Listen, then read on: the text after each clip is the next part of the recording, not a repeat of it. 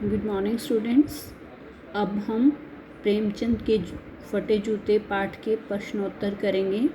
देखिए पहला प्रश्न कि हरिशंकर परसाई ने प्रेमचंद का जो शब्द चित्र हमारे सामने प्रस्तुत किया है उससे प्रेमचंद के व्यक्तित्व की कौन कौन सी विशेषताएं उभर कर आती हैं। यानी हमने प्रेमचंद जी के बारे में बताना है कि वो किस तरह की वेशभूषा पहनते थे और उनका व्यक्तित्व कैसा था, उनका स्वभाव कैसा था।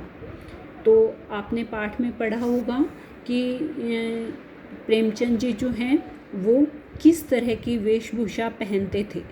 ठीक है, तो हम पाठ के आधार पर कह सकते हैं कि प्रेमचंद एक सीधे साधे व्यक्ति थे। वे धोती कुर्ता पहनते थे।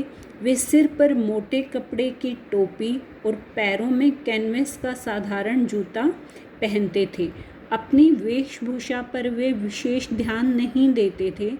उनके फटे जूते से उनकी उंगली बाहर निकली होने पर भी उन्हें संकोच या लज्जा महसूस नहीं होती थी तथा उनके चेहरे पर सदा बेपरवाही झलकती रहती थी और विश्वास का भाव रहता था। वे कभी भी जीवन की कठिनाइयों से, जीवन संघर्षों से घबराते नहीं थे और उनकी कथनी और करनी में कोई अंतर नहीं था। दूसरा देखिए कि सही कथन के सामने सही का निशान लगाइए। फर्स्ट, बाएं पांव का जूता ठीक है मगर दाहिने जूते में बड़ा छेद हो गया है जिसमें से उंगली बाहर निकल आई है। फर्स्ट जो सेंटेंस है वो रॉन्ग है क्योंकि बाएं पांव का जूता ठीक नहीं था बल्कि दाएं पैर का जूता जो था वो ठीक था। लोग तो इत्र चुपड़कर फ़ोटो खिंचाते हैं जिससे फ़ोटो में खुशबू आ जाए। ये सेंटेंस सही है। तीसरा, तुम्हारी व्यंग्य मुस्कान मेरे हौसले बढ़ाती है। इसमें क्या था, लेखक ने क्या कहा था कि तुम्हारी ये व्यंग्य मुस्कान मेरे हौसले पस्त करती है। नेक्स्ट, जिसे तुम घृणित समझते हो उसकी तरफ अंगूठे से इशारा करते हो। तो ये स्टेटमेंट जो है ये रॉन्ग है क्योंकि उन्होंने ये कहा था कि जिसे तुम घृणित समझते हो उसकी तरफ तुम अंगुली से इशारा करते हो। नेक्स्ट देखिए थर्ड क्वेश्चन कि नीचे दी गई पंक्तियों में निहित व्यंग्य को स्पष्ट कीजिए।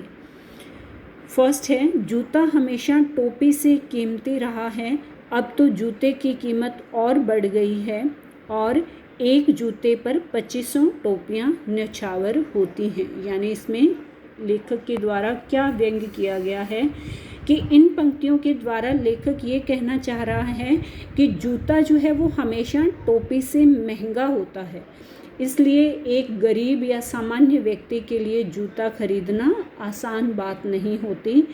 और लेखक कहता है कि टोपी जो है वो हमेशा जूते से कम कीमत पर खरीदी जा सकती है।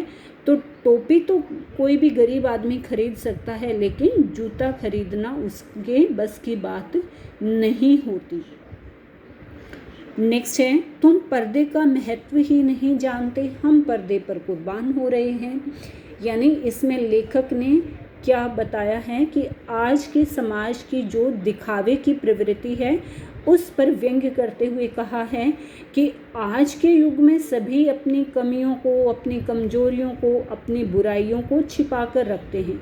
यानी अगर किसी भी व्यक्ति में कोई भी कमजोरी है, कोई भी उसमें बुराई है तो वह सबके सामने उनको एडमिट नहीं करता है, उनको नहीं मानता है बल्कि अपनी उन बुराइयों को छिपाने का प्रयत्न करता है और इसीलिए सभी पर्दे का महत्व समझते हैं। परंतु प्रेमचंद जो थे वो किसी प्रकार के दिखावे में विश्वास नहीं रखते थे, इसलिए उनको पर्दे के महत्व का पता नहीं था। यानी अगर उनमें कोई कमी थी, अगर उनकी कोई कमजोरी थी तो वो उसको छिपाते नहीं थे बल्कि समाज के सामने या सबके सामने उसको एडमिट करते थे, उसको मान लेते थे। उनके जो आज की जो पीढ़ी है वो आडंबर प्रिय लोग हैं। यानी आज की पीढ़ी के लोग हैं वो आडंबर प्रिय लोग हैं, वो दिखावे में ज़्यादा विश्वास करते हैं और इसी कारण वे पर्दे की प्रथा पर यानी दिखावे की प्रवृत्ति पर वे न्यौछावर हो जाते हैं, यानी दिखावे के लिए वो कुछ भी करने के लिए तैयार हो जाते हैं।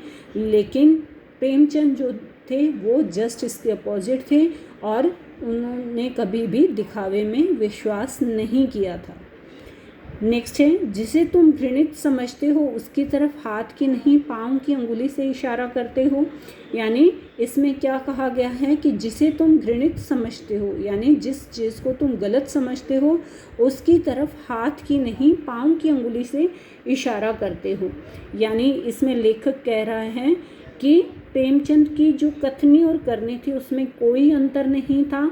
जिसको वो पसंद नहीं करते थे, जो बात उन्हें गलत लगती थी उसकी वे खुलकर आलोचना करते थे, सबके सामने उस चीज़ को वो गलत ठहराते थे।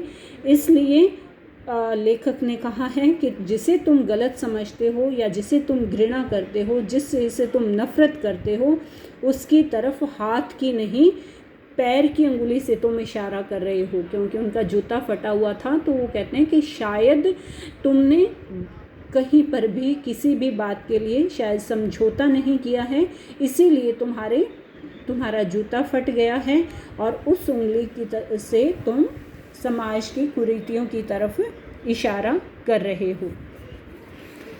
नेक्स्ट है कि पाठ में एक जगह पर लेखक सोचता है कि फ़ोटो खिंचाने के लिए अगर यह पोशाक है तो पहनने की कैसी होगी, लेकिन अगले ही पल वह विचार बदलता है कि नहीं, इस आदमी की अलग अलग पोशाकें नहीं होंगी। ये लाइंस चैप्टर में आई हैं। आपके अनुसार इस संदर्भ में यानी इसके बारे में प्रेमचंद के बारे में लेखक के विचार बदलने की क्या वजह हो सकती है, यानी लेखक ने अपना विचार कैसे बदल लिया था। तो इसमें हम क्या लिखेंगे कि प्रेमचंद के बारे में लेखक का विचार इसलिए बदल गया था क्योंकि उसे लगा कि प्रेमचंद सीधे साधे व्यक्ति थे, वे अपनी वेशभूषा के बारे में अधिक ध्यान नहीं देते थे और एक सामान्य व्यक्ति की तरह ही वो वेशभूषा धारण करते थे, यानी वो दिखावा नहीं करते थे, उन्हें दिखावे में विश्वास नहीं था, वो जैसे थे वो वैसे ही दिखना चाहते थे।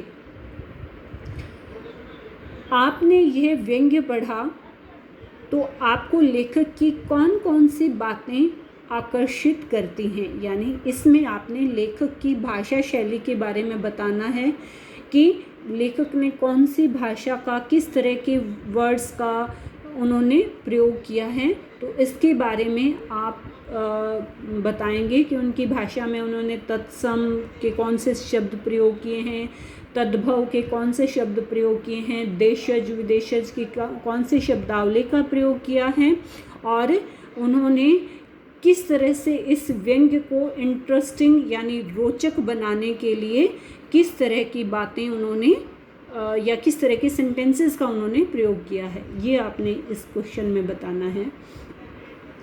पाठ में टीले शब्द का प्रयोग किन संदर्भों को इंगित करने के लिए किया हुआ, इंगित यानी इशारा करने के लिए, कि टीले शब्द का प्रयोग किसके लिए किया गया है।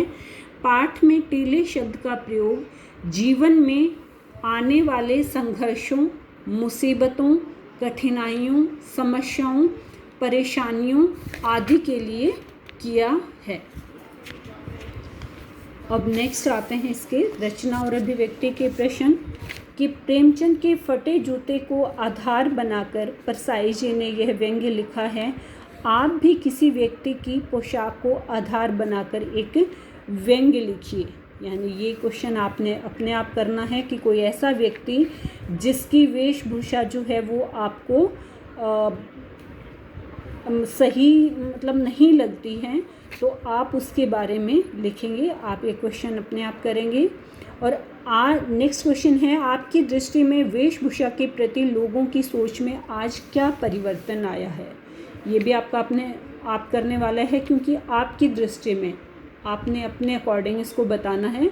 तो आप इसमें लिख सकते हैं कि जैसे आजकल के जो लोग हैं वो वेशभूषा को लेकर ज़्यादा ही जागरूक हो गए हैं, वो हर अवसर के अनुकूल जो है वो वेशभूषा के का चयन करते हैं। जैसे हम स्कूल में जाते हैं तो स्कूल के लिए एक हमारी अलग स्पेशल यूनिफॉर्म लगी होती है। जब हम घर में होते हैं तो हम सिंपल कपड़े पहनते हैं। जब त्यौहार आते हैं, शादियां होती हैं, सभा समारोह में हम कहीं भी जाते हैं तो हम अलग अलग वेशभूषाओं को धारण करते हैं। फिर लड़के अधिकतर जो है पैंट शर्ट, जींस या टी शर्ट पहनना पसंद करते हैं, वे अच्छे जूते पहनते हैं। लड़कियां भी क्या हैं कि सलवार सूट पहनती हैं, मैचिंग दुपट्टा, सैंडल, जींस टॉप अथवा साड़ी पहनती हैं। यानी कहने का मतलब ये है कि आजकल की जो जनरेशन है, आजकल के जो लोग हैं, वो अपनी वेशभूषा को लेकर ज़्यादा ही अटेंटिव हो गए हैं और अपने व्यक्तित्व के यानी अपनी पर्सनैलिटी के अकॉर्डिंग वो कलर्स का चयन करते हैं और अपने कपड़ों का चयन करते हैं। और आज हम किसी भी व्यक्ति के स्तर को जानने के लिए, उसके स्वभाव को जानने के लिए उसकी वेशभूषा के द्वारा हम आइडिया लगा सकते हैं। इसलिए आजकल प्रत्येक व्यक्ति जो है वो अपनी वेशभूषा के प्रति सजग हो गया है। तो बेटा ये थे आपके क्वेश्चंस, और आपने अगर चैप्टर को ध्यान से रीड किया है तो इसके क्वेश्चंस जो हैं वो बिल्कुल इजी हैं। चैप्टर में जो चीज़ें आई हैं वही मैंने आपको बताई हैं, आप उसमें से इजीली कर सकते हो। और अगर फिर भी कोई प्रॉब्लम है तो आप मुझे मेरे नंबर पे व्हाट्सएप कर सकते हो। धन्यवाद।